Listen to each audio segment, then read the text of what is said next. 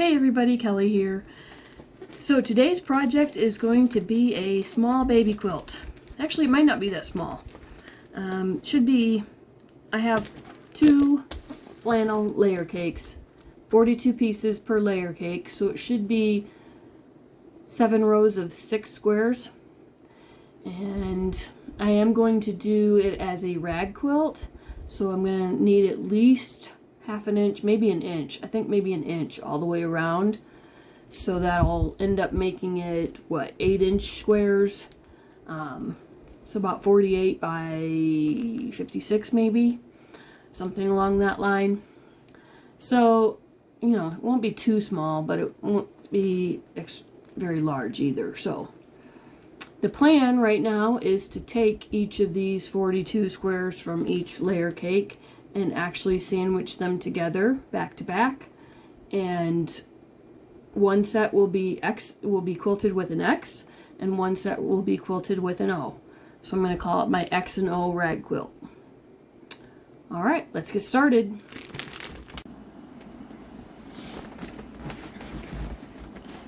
Alright, so I have basically got 2 versions of the same thing, just in different colors. So I have decided to just sandwich them together. I was kind of thinking like trying to do the exact same green item as yellow item, but like you can see here, this dots and this is stars. I honestly don't necessarily care what's in what order on the 2 different sides. It's going to be more about the fact that, like, if there's 3 stars, are there 3 dots? And then when I go to lay out the final quilt, I can mix and match the blocks okay. I may go through and, like, obviously I just found the stars for this one. Maybe it is just a matter of, and I found the dots for this one, so maybe it is just a matter of pulling those aside and taking these 3 right here of stars and matching them up with these stars. Maybe I will try that, but honestly I'm probably going to get to the point where I just sandwich the green next to a yellow and don't necessarily care what is actually on the fabric piece. I've got a green stars and a yellow stars back to back. I'm just going to, you know what, I'm going to change my foot actually. So,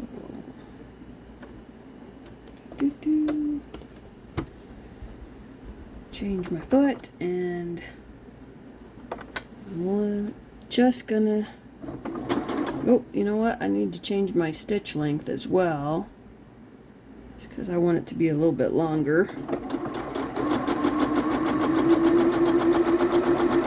And kind of thinking maybe I should draw a line on these so that I actually make my X straight. As you can see, I'm off. But I think by the time I do the ragging, it's probably not gonna matter that it's a little bit off.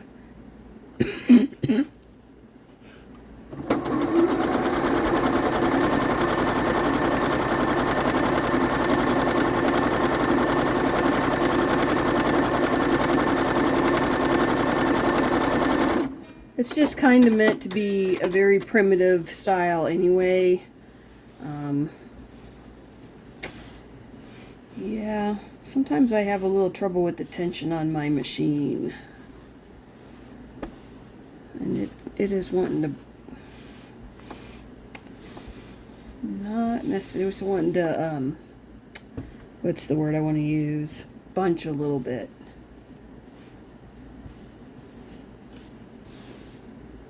But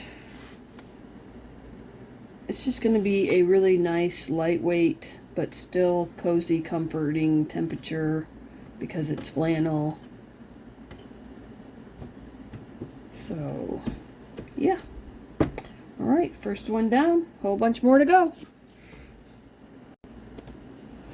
Okay, I put my quilting foot on, and that actually helped reduce a little bit of the bunching that was happening. So, got a few more X's done. Now I'm going to work on some O's. Let's see how it goes. If I can actually make a circle.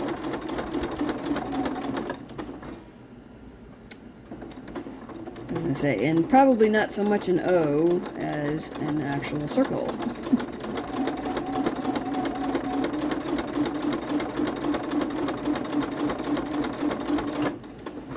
Oop, and I'm gonna get off right there. Oopsie. Okay, go a little bit slower.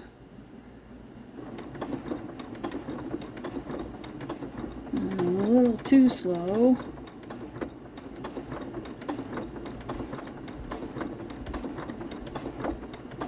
Adjust my speed a tiny bit. So one thing about flannel is it doesn't really like to move very well on the bed of the machine here. It's not real slick.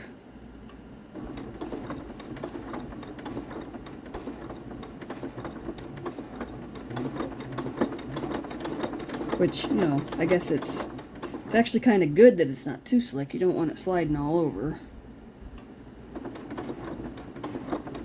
Oopsie. Maybe a little bit less than circular. Uh-oh. This is one of those where I probably should have stopped. And yep, it's gonna be a little bit wah wah wah.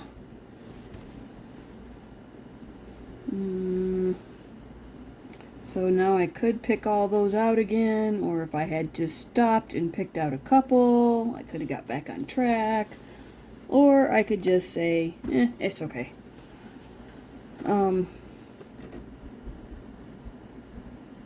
It's not okay, but again, it's kind of, I'm going for a primitive look, so it's all good. Okay, so I just took my squares and put them back to back and quilted them together. You can still see my circles pretty good because I used a friction pen, and so I haven't applied any heat yet. But it is a pretty green variegated thread that I used, so you can see it pretty well in some places and not so much in others, but that's alright. I thought about using a yarn and couching it onto the fleece, or flannel, but I just didn't, I couldn't find the right yarn, so I just didn't do that part. But anyhow, I quilted these squares back to back, and then sewed each set of squares back to back, and then sewed them into a row, sewed each row back to back, and then as you can see, I've kind of fringed it. It's not great fringe just yet, but I think once I wash it and throw it in the dryer, it'll be a little bit more foofy and a little cuter. So anyhow, I'm going to try to do that before I post the video, just so you can see that it's a little bit more, you know, I just thought it would be a cute textured style quilt blanket for baby. So, alright, well, let's show you the large image.